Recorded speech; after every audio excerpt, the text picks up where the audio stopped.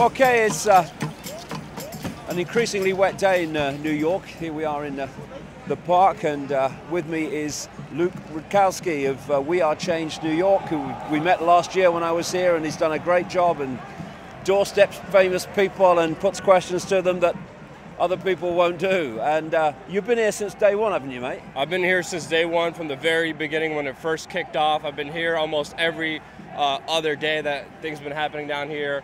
As we see, there's a commotion right now with the police officers. The police have really not been behaving like they should.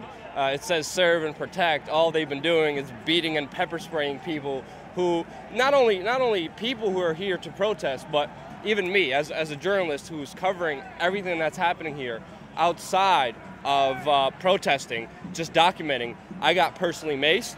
I got a nightstick to the gut a couple times. I got a horse that stepped on me. I got shoved and pushed to the floor. And all I'm here to try to do is to document and show the world what's happening here and try to get the real inside story here. I've said to a number of people, looking around, there are definitely some police officers that just want to fight. They're just looking for a battle.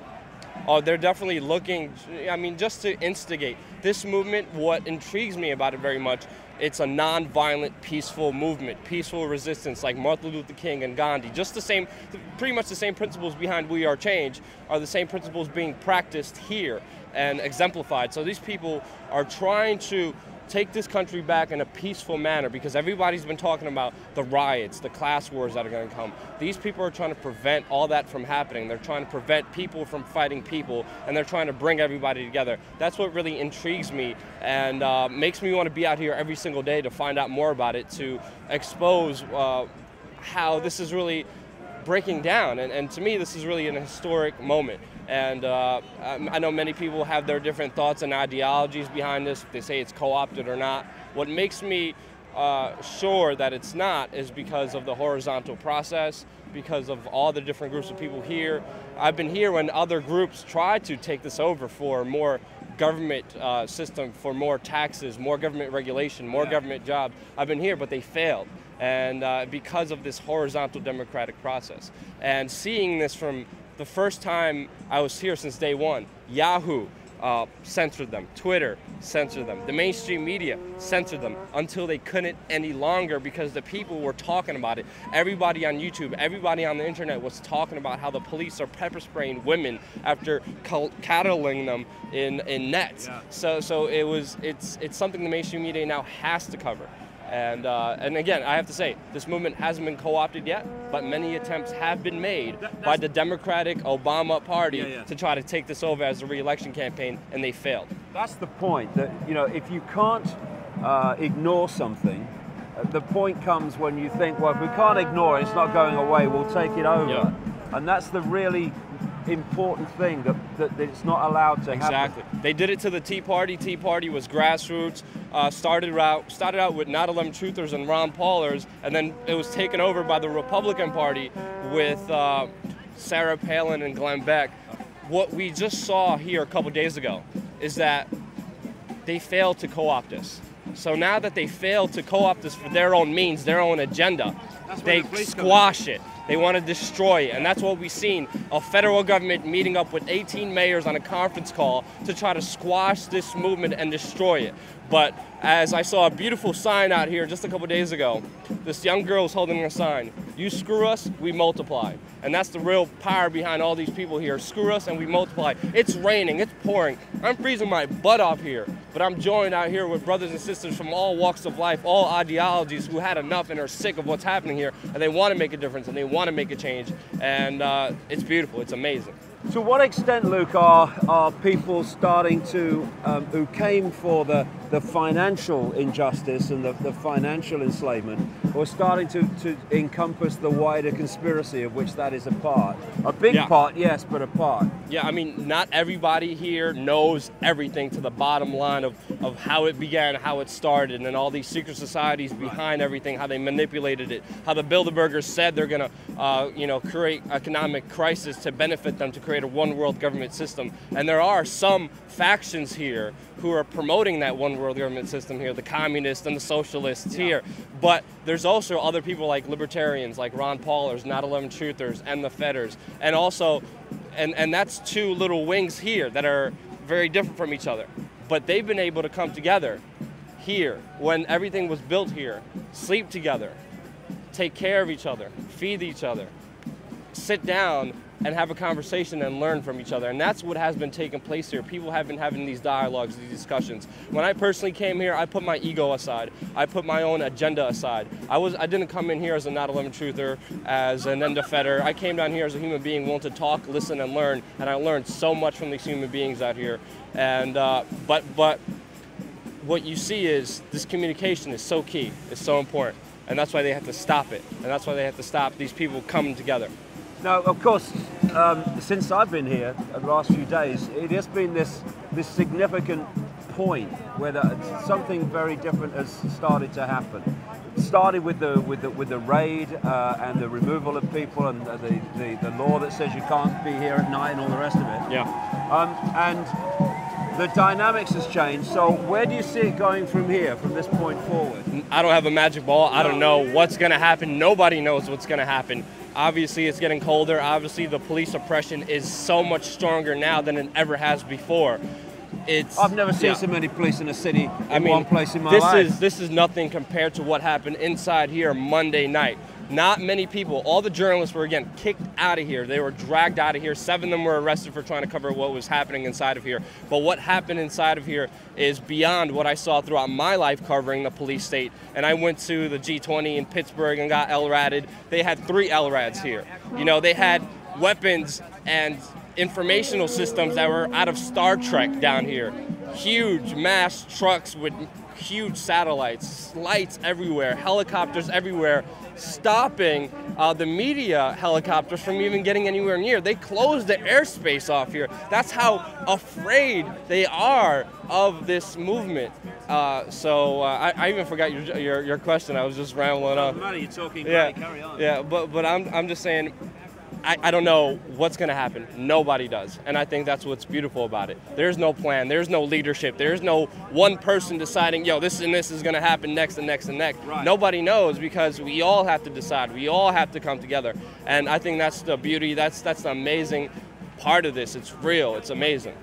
What I think really needs to happen to push this on is that people of different political persuasions, I mean those even on the so-called Tea Party wing, the genuine people that can see the tyranny, they might have a different political view, but they can see the tyranny, come in common cause with people here. Exactly. So we have literally, we don't, you know, not just enough to fill the park, but to fill the streets going back from the park, because in the end there's 7 billion of us, and there's a literal, you know, comparative handful of those that are actually orchestrating. And there's even discussions here that it's not even the 1%. It's the 0.00000.1% that have been dividing and conquering people from all different paradigms, from the left to the right, from communism to libertarianism, whatever it is. But what you see here is all those factions, all those different perspectives, all those paradigms, meaning coming together, breaking bread, sleeping together, and willing to discuss political ideas about what we all agree upon and what we're going to do next and how we're going to fix this problem that we all face. I mean, the only ism we need is freedomism, isn't it? Exactly. And yeah. Don't care about your background, your income bracket, your color, anything.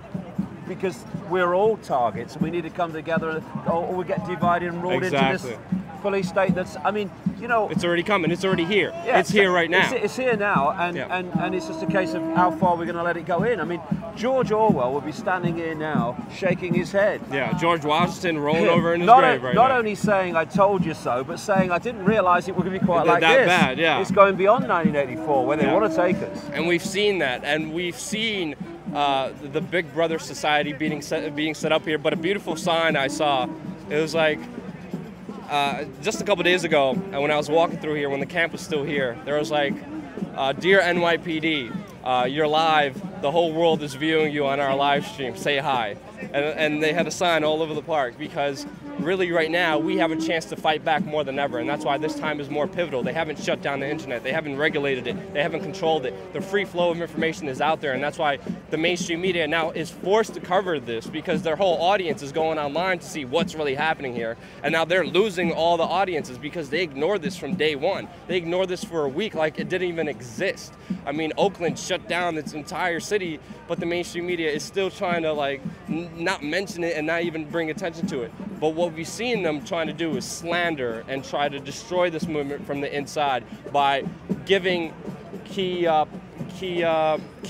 and key positions to some of the people who have their own agendas here, and making it seem like it's all of us when it's not. I was going to come to that. I mean, you've got obviously agents provocateurs here to cause trouble, to that's blame definitely everybody. without a problem. Yeah, and then you've got the not agents provocateurs, but just the average retard, drunk, alcoholic who may come down here. But like you just mentioned, you've got the like political version of agents provocateurs, which are people that the mainstream media give time to, who are claiming to represent what people are saying here when it's just representing their own agenda. How much of that is going on? Tremendous amount of that. I mean, there's been many instances. I'm not going to name names. I'm not going to name different news organizations, but they've been giving play to the socialists here. There's a group called the Young Democratic Socialists, and they wanted demands for more government jobs, more government regulations, and more government taxes here. Everybody here freaked out against them, but they're trying to play it off like, yeah, they're the spokespeople for Occupy Wall Street when they're not. But they only haven't been doing that. They've been going after the mentally deranged people here that even some newspapers reported the NYPD sends mentally incapable people here, drunks, alcoholics here, to live here, and they've been sending them, they've been going all throughout the parks and sending them here. This is actually reported by the New York Post in order to break us up, in order to divide us, in order when an average person comes down here, sees this like rabble-rouser, and the mainstream media has been pretty much focusing on those mentally incapable people who are alcoholics, who are dependent on some kind of drug, who only come here to have the food and have the clothing and not participate in the General Assembly, not participate in the working groups and the committees here that are trying to build something on their own. And that tells you something. That tells you they're terrified of where this could go. Exactly. I tell you, I love the freaking energy here. It's fantastic. You know, it's this what I call the non-comply dance. Yeah. We've got music for it now. Resistance, the spirit is in the air. Yeah, right now. the spirit of we're not having it anymore. Exactly. And you know, you've done a great job, Luke. You've done a great job here. You too. And it's really great to be here to feel this energy. Information and knowledge is key, and that's why we have to keep talking together, keep communicating. Even if you disagree with somebody, you know, I still call them a brother or sister, and I'm still willing to listen and try to learn from them. And I've been able, you know, even communists, I've been able to sit down with them and become friends with them. Even though we come from totally different political ideologies, but we have those discussions, and we come together, and we're here facing the police together.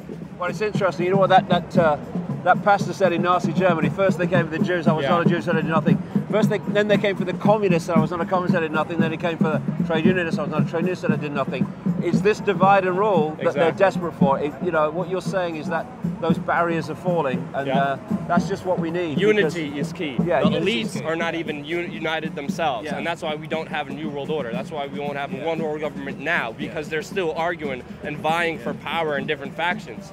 Now, the key to success is who's going to get unity first. The few 15 families that rule everything, or all of us. And it's a race to the finish of who's going to come together first. And whoever does is going to win. I'll see you at the line, mate. I'll be here, brother. Good seeing you. Cheers, Thank mate. you so Good to much. see you. Good to see you too, man.